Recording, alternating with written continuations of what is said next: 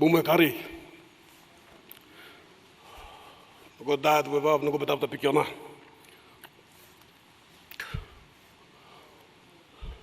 Embo maha ke akari beao pikiona. Na joko mai numa osa beona.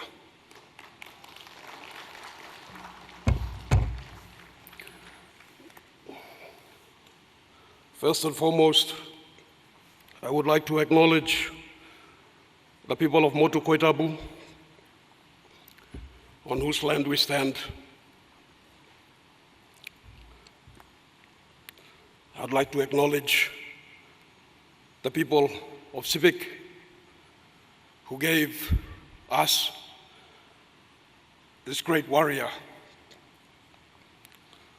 I acknowledge the Somare family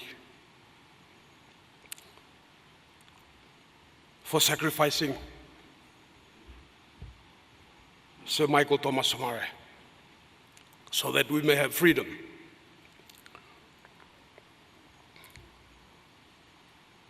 I thank our Prime Minister, Governor for NCDC, the Honorable Powers Pakop, for putting on this event and allowing us the opportunity to come and pay our respects. I acknowledge our Chief Justice and his presence here. And I acknowledge all the leaders of all the provinces that are here tonight representing their people, those who have been here before and those who will come after us. I want to thank my people of Oro who have given me this opportunity to represent them, who have given me the mandate to speak on their behalf. I wish to acknowledge my assembly, my PEC members, and others who traveled from Oro province to be with us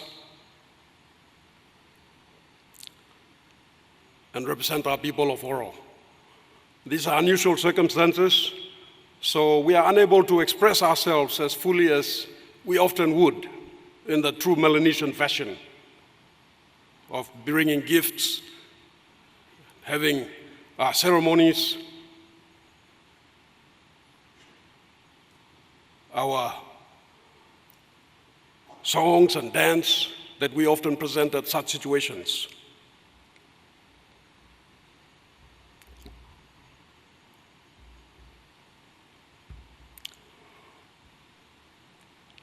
I want to just share a few words in regards to my interaction with the late Grand Chief.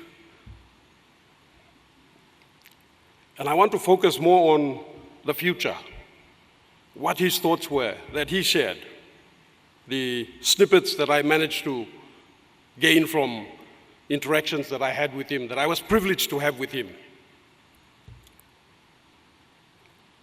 First and foremost, I want to point out, from my experience and interactions with the late Sir Michael Thomas Somare, he never spoke ill of anyone.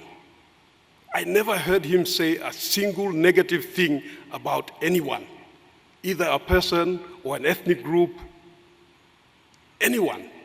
I've never heard him utter a single negative thing about anyone. That's leadership.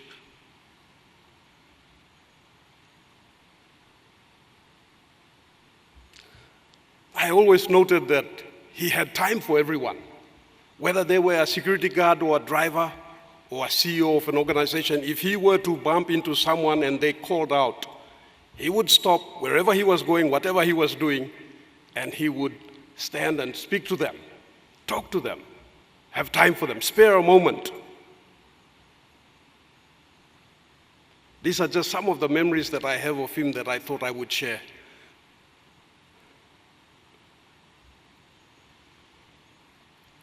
He was also a person who was never afraid to acknowledge the missteps taken. And he would be critical of decisions made and say so and express himself accordingly with a lot of passion. A passionate man.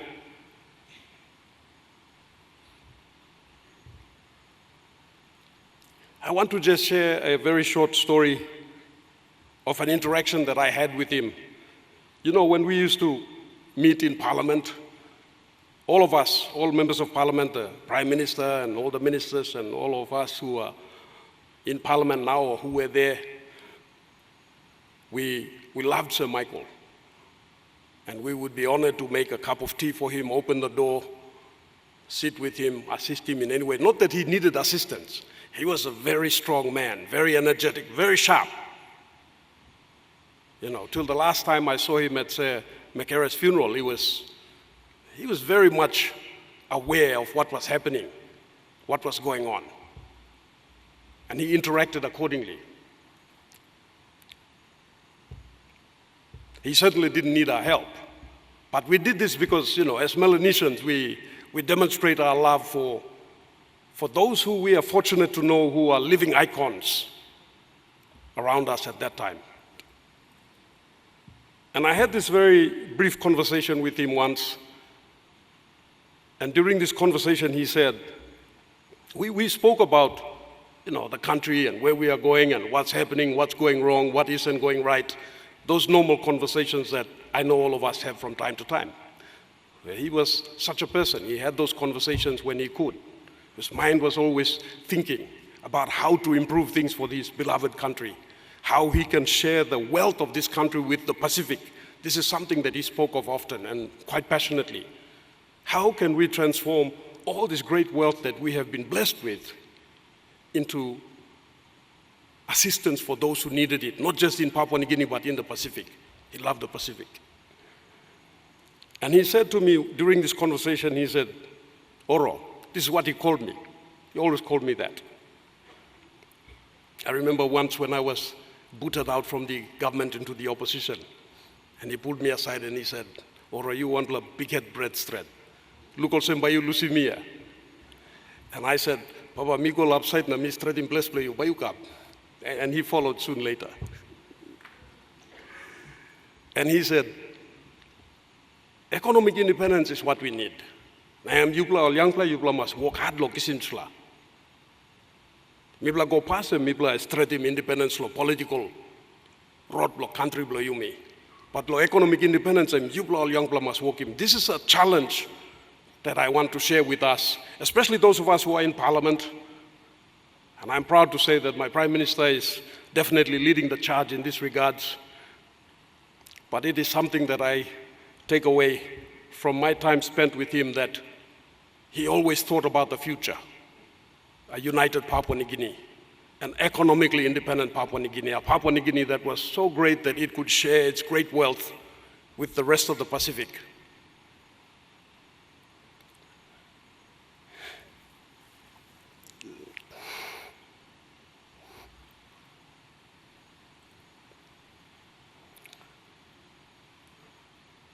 This man loved this country so much and gave everything for it. And we have to ensure that we do not let this go to waste, that we do not let this nation be torn apart by ill management, by corruption, by politics, whatever, that we must work to maintain this love that he had for this country, a united Papua New Guinea. Thank you very much. Good night.